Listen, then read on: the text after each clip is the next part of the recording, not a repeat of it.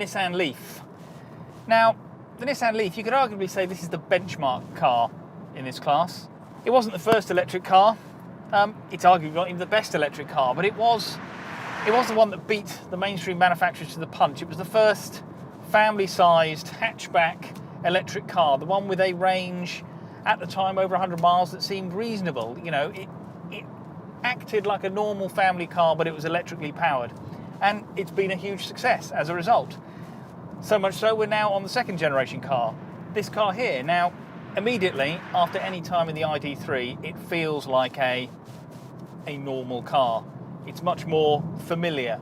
You could be in a Nissan Pulsar, if that still exists, or a Qashqai even. And the architecture beneath this car is more familiar as well. So it is a bespoke EV platform, but it's a development of the first Nissan Leaf platform. So we've got an engine in the front wheel drive, batteries underneath. That means it doesn't have necessarily the packaging advantages of the ID3. It feels like a normal hatchback in here. What you do notice after the ID3 is the rolling refinement. This car just feels quieter, sounds quieter. There's less road noise, there's less wind noise, less bump thump, except over really nasty potholes. It rides a bit more smoothly as well. There's a bit more control to it. You don't have that sort of head rock that you get in the ID3, but it's a very relaxing car to drive. You can see why it's so popular. If all you want to do is get in the car, put it in drive and go, it's very good. Another really neat feature about the Nissan Leaf, and something I really like, and I don't know why Volkswagen haven't done the same thing on the ID3, is we've got the e-pedal device here. So this is where you can literally go for maximum regenerative braking, and the car slows proportionally. As you lift off the throttle, you get really strong braking effect, and they call it one pedal driving, and it genuinely is. You can, if you anticipate properly, you can roll up to a junction lifting off the throttle all the time and come to a nice gradual stop, and all the time you are harvesting energy to put back into the battery, and that's really clever. I like that. That is good. The rest of the car, well, it's both familiar. Like I say, it is like a normal hatchback, but at the same time it's not. So the throttle response is really quite odd. It's like I can imagine being the captain of a steamliner, where you put your lever forward to full ahead and then someone shouts down the pipe to the engine room. It's not that there's a delay as such, it just feels like there isn't a proportional response between what you ask for at the throttle. It's got a very, very short throttle travel.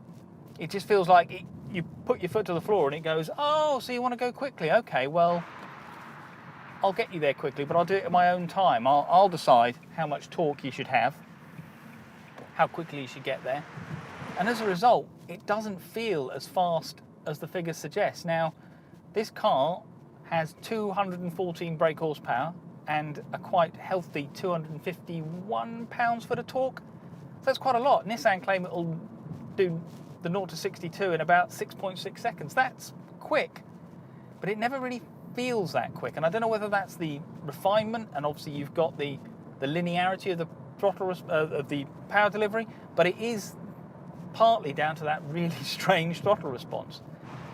The rest of the car, well, it's okay. I mean, it's capable. It's not very exciting, and I know we're probably going to get hammered. Oh, well, you know, you just don't like electric cars. It's not an electric car thing, because you can get into a 1 litre Focus, or you can get into a 1 litre Golf, and you can drive it, and there's real satisfaction to be had to it. The steering feels nicely connected. There's a feeling that the car's pivoting around your hip point, particularly in the Focus, and this just doesn't do this. This feels like, and I'm going to say that phrase, this feels like a mobility solution. Now, in fairness, neither of them are particularly exciting to drive, but the Nissan is less so.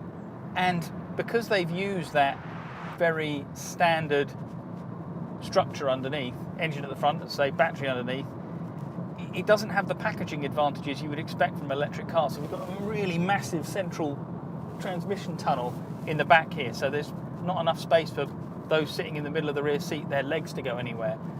And it all feels a bit more cramped in here. You sit equally high, but the windscreen is narrow. It feels more like a normal hatchback, and it looks more like a normal hatchback. There's switches everywhere. Now, I'd say the ID3's minimalist approach is a little too minimalist, so you have to go through various sub-menus to get to the sort of stuff you want to use all the time, like climate and the infotainment system. It's just a little bit fiddly, whereas this, it's over button. There's buttons for everything. It feels like a wasted opportunity. It feels like, because you don't have to conform to the norms of the internal combustion engine layout, you should have a clean sheet of paper, but in conforming to the internal combustion format with the Leaf, engine up front, as I say, battery underneath, they've missed the trick with the packaging. And also, because they've based it on the previous generation's platform, it's starting to feel a bit old. I mean, going over bumps here, it's nicely cushioned, nicely damp, but you're getting a shimmy through the rear view mirror here. You can feel and see there is some twisting in the structure. It doesn't feel as taut as the ID3, but it's easy to live with, you know.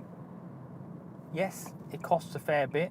You'd really have to do your sums, but if you can plug it in overnight at home at not very many pence per kilowatt hour, it'll be a really cheap thing to run. And the range with this one, so it claims 239 miles, so it's not quite as much as the ID3, but honestly, it's more than enough for most trips.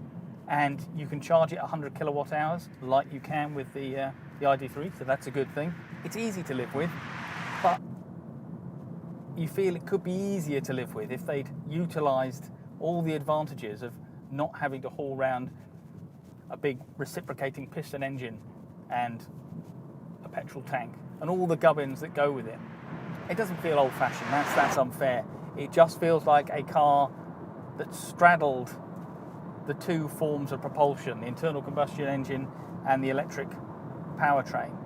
It feels it's a car that's a bit of a compromise. It's a car designed to appeal to people who are unsure. They want to go electric, they know they do, but they don't want it to be too different from the car they've had to drive for the last 20 years. And that's worked for Nissan. That's a really good thing. You know, it does mean that they have sold a lot of Leafs, but I think people now are starting to understand what electric cars can do, and as a result, they will start looking to cars like the ID3 because they offer some advantages and some unique possibilities that you don't get in a normal 5-door family hatchback, which ultimately is what the Leaf feels like. I don't want to have a down on it. I feel like I'm having a down on it. I really don't. It's good. It's not exciting to drive. We know that. Which will I have? Intellectually, the ID3. The ID3, I like the fact that it's taken a completely different approach.